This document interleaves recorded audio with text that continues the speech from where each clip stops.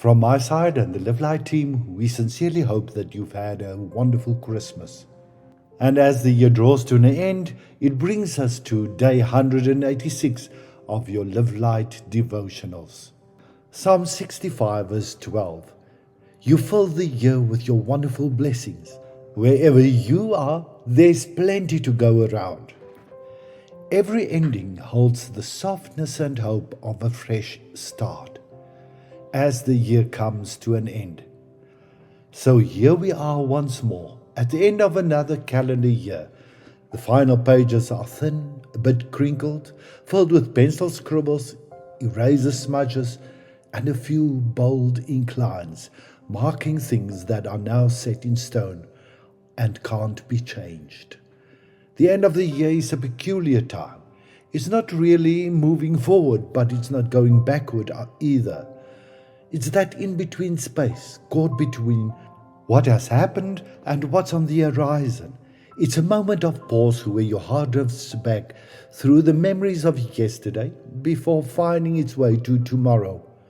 For many of us, the past year feels filled with amazing memories. For others, it feels more like a struggle to get by.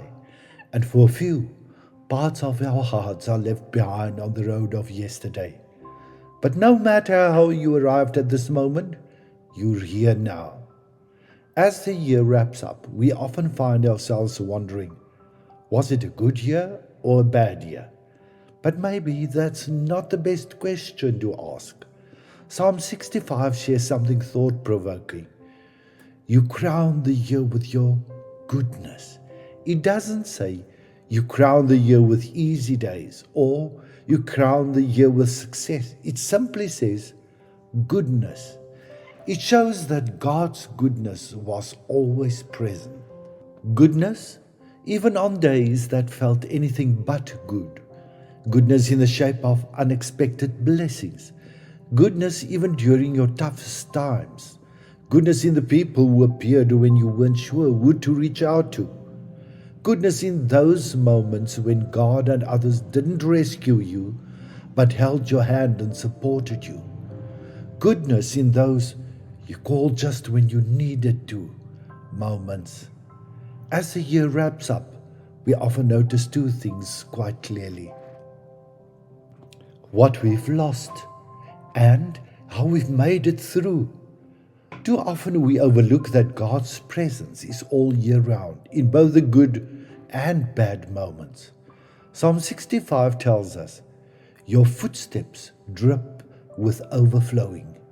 It's not just during life's high points, it's also along the bumpy, dusty paths of the valleys.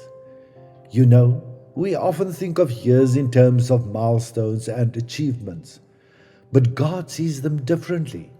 He looks at how we've grown in our relationship with Him and the lessons we've picked up along the way. Also, the year doesn't really get its crown at the start. It's at the end that we can truly reflect.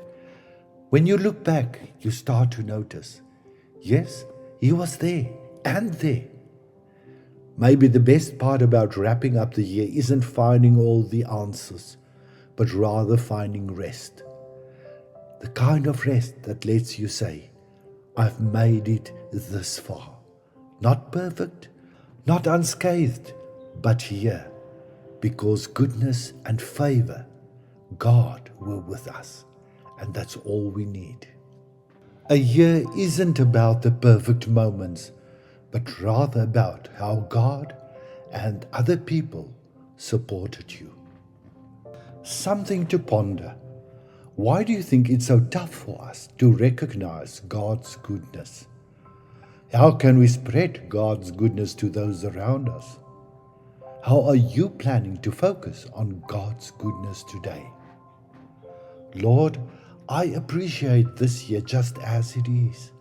Please help me recognize your goodness even in the moments I've overlooked it.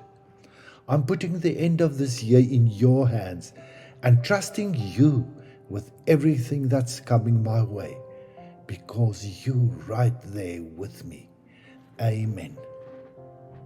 May you experience God's goodness in an abundant way as the year comes to an end.